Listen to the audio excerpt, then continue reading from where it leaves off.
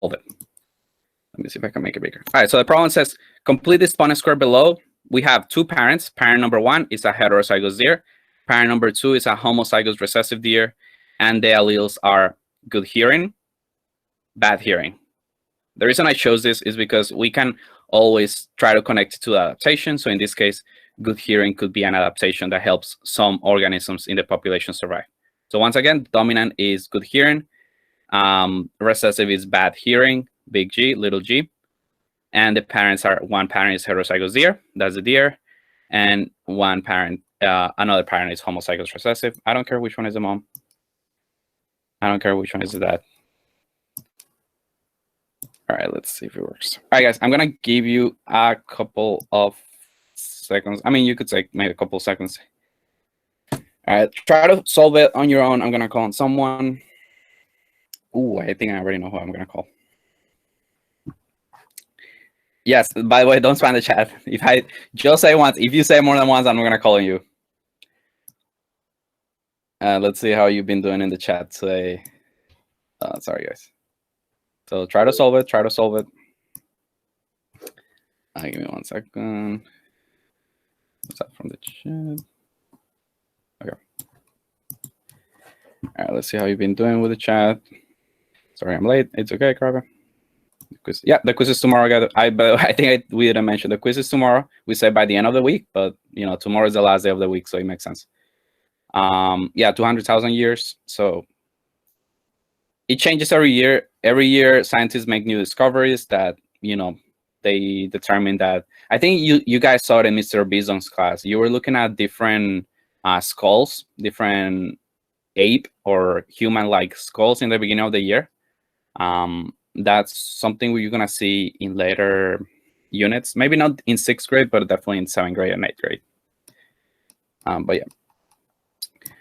Hominids. Yep. So hominids. So humans are a type of hominids, and they are definitely hominids. There are other species of hominids that are not alive anymore because if they are not alive anymore, that means that they probably didn't have the adaptations that humans did.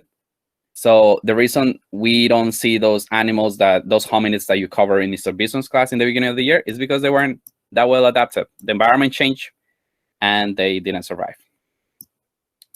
Oh, really? Oh, that's cool. Yeah, proto-humans. All right, guys, I'm gonna call on Enrique. So Enrique, can you unmute yourself? Can you try to help us solve this? Yeah. Okay. So let's start with the first row. So what would you write in the first row? What is the first parent that you want to write? Big G, uppercase G. Uppercase G and I think lowercase g. Okay, so that's the first parent, right? Heterozygous. That's correct. What about here? And then uppercase G. And then another uppercase G. Okay, and then tell me about the kids. Tell me about the possible kids that this couple of deers could have. 75%. Yeah, tell me box by box, really quick. Oh. Thank you. The first one, it could be 100% or 75%. Oh wait, Justin, good call. So, for the second parent, thank you for correcting me, Justin. For the second parent, are we sure it's capital and capital? Look at this. Look at the second parent. No, it's lowercase. Yeah. Thank you, Justin. Thank you, guys. I didn't catch it. All right, so let's do parent by parent. I mean, let's do the possible kids. Thank you, guys.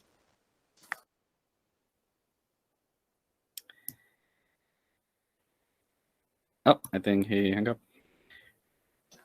Oh, you're here? All right, so let's do it really quick. So I'm going to help you out. So the first one is this one. And then GG. GG, little g. What about this one? Third one? Big G, little g. Big G, little g. And the last one? GG. GG. All right, thank you. You can mute yourself. I want to call, since Justin helped me out. Justin, can you unmute yourself? Can you tell me about the genotype? So what percentage are we looking at in here? If you can unmute yourself. Thank you, Justin. Hello? Yeah, hi. The percentages that we're looking at is 25% 25% of a homozygous recessive deer Mm-hmm. and 25% of a heterozygous deer. Oh, okay. Wait. 25% and 25%. Does that up to 100%? Yes. 25 plus 25. 50. Yeah. So how can we make it add up to 100%? 50 and 50. There you go. All right. Thank you. Oh, actually, before you go, since you made a mistake, tell me about the genotype. So what characteristics do you expect? What percentage of them do we expect to have good hearing, and what percentage of them we expect to have bad hearing? 50% it will have good hearing and 50% will have bad hearing. Yep. There you go. Thank you. That was awesome. All right, guys. Good job. I'm going to go to the next example, and I'm probably going to call on people who are just calling here. I actually have never called Ben. All right, let's see how we do in this one. So I'm going to put another example. This one is, I don't know if you guys have seen the documentary that is playing on Michael Jordan, but let's pretend this is Michael Jordan. I think his wife was called Juanita. Pretty sure. All right, let's put it here. All right, so we have another example. This, again, is similar to the ones we're going to see in the lesson. And it says Michael and Juanita Jordan are both tall people. Their height is tall. There are two alleles that are possible, dominant tall and recessive short allele. Oh, I covered it here, but it's short height, okay? The Jordans have a child that is short. Is that possible? Why or not? Why or why not? So both of them have a tall phenotype. And they have a kid that is short. Is that possible, or are we making a mistake? Just think about it. If you want to do a Punnett score to prove that it's possible or that is not possible, show me, let me know. Can immune system get past, strong? Yes, so, yes. So immunity can be passed down. Actually, blood type, which is basically what blood cells are, can be passed down. So yeah, so immune system, it can be passed down because we receive the blood of our mother. So when we're in the, when your mother is pregnant, you actually receive the blood from your mother. So you receive the immunity from your mother. All right. Oh, actually, Mr. Abner already passed. I remember your video you shows how to see different color baby. Yes, thank you, Christopher. Let me see who was the first one. Well, I already called him Justin. No, Beyond, do you have an answer? Okay, I guess Reina. It's my birthday. Happy birthday, Raymond. All right, Reina, can you unmute yourself? Tell me if it's possible. Is it possible or is it not possible? It is possible. Because if they both have a dominant tall, they could be heterozygous, and if they both have a heterozygous and allele, and you do a Punnett square, it could lead to having a short child. Okay, let me. So that's the correct answer. Now, if I, sorry, give me 1 second. So if you say that if one of them is heterozygous, that you could have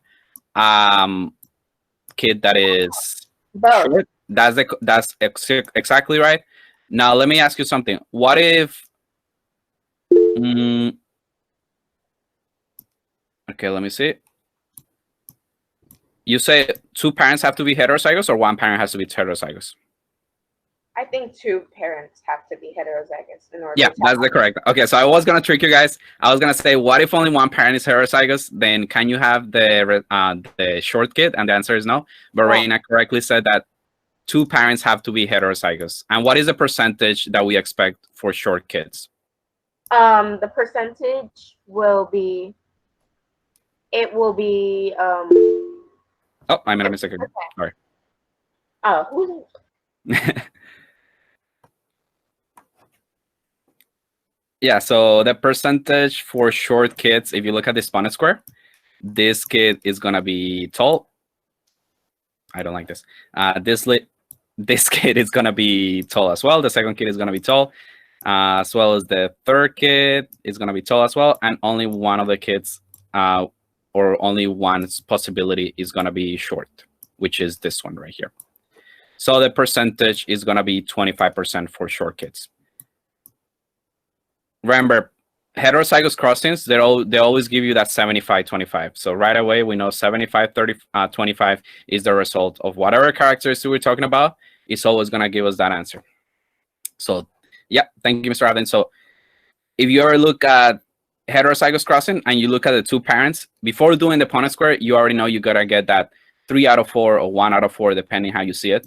That's a 25% probability. And that's one of the reasons we don't see that many people with recessive characteristics on the street, because they're always the minority. There's always like less chance of having them. Okay, so all right, I think, do we have time for one more? Let's see if we have time for one more. Let's do one more, guys. This one is from the SpongeBob exercise from a couple weeks ago, which a lot of you didn't. So perfect opportunity. A lot of you didn't complete that activity. It's probably a little too late right now to go back and complete it, but it's a perfect example of how we need to keep on track on our assignments, because we don't want to miss that grade. We don't want to get a lower grade in science just because we didn't complete an activity that is going to help us study for the test. So it's in the past, already passed. You know, whatever happened yesterday, it matters, but it's already gone.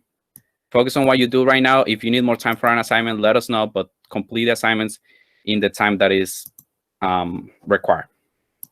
All right, look at this example from a couple of weeks back. It said that Patrick and his partner Patricia, so this is Patrick Star from SpongeBob. So he married Patricia and they had little Patty. Patricia's worried that the hospital made a mistake and mixed her baby with some other starfish. Ooh. Little Patty, which is the little baby, has a short head. Patrick is homozygous dominant, so the father is homozygous dominant for his tall head. And Patricia is heterozygous, so the mother is heterozygous for her tall head as well. Create a Punnett square using T for dominant and little t for recessive. So one parent is homozygous dominant, the other parent is heterozygous, and we want to see if we can produce a kid with a recessive characteristic. So if anybody, I already called Reina and Justin, if anybody wants to get called, let's see. I guess, sure, Alyssa, you can. I'm a fast typer. Thank you, guys. Remember, no spamming. I see a lot of writing. Answer. Christopher. Oh, I didn't get to you. Okay, Christopher, we'll try to get to you tomorrow. Alyssa, if you want to unmute yourself. Okay, so for the top is going to be the mom. So it's going to be uppercase T and lowercase t because it's heterozygous. Okay. So All right, that's the mom. That's Patricia. What about Patrick? For Patrick, he's homozygous. He's going to be uppercase T and uppercase T. Cool. All right. So you already did the Punnett square. You want to do it together? So what do we get in each square? The first one. The first one is uppercase T and uppercase T. Okay. Second one. Uppercase T and lowercase t. All right. Third one. Uppercase T and uppercase t. Okay. And the last one. And uppercase T and lowercase t. Awesome. All right. So is just looking at this Punnett square. Tell me about the short hair phenotype. Is there any chance that one of the kids who have a short head? No. Okay. So what is the percentage? 0.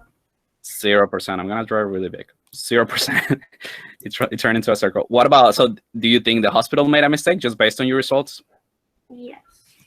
Yes, 100% correct. So the hospital made a mistake because you cannot have a kid with a short head. You cannot have a recessive characteristic if one of the parents is homozygous dominant and one of the parents is heterozygous. So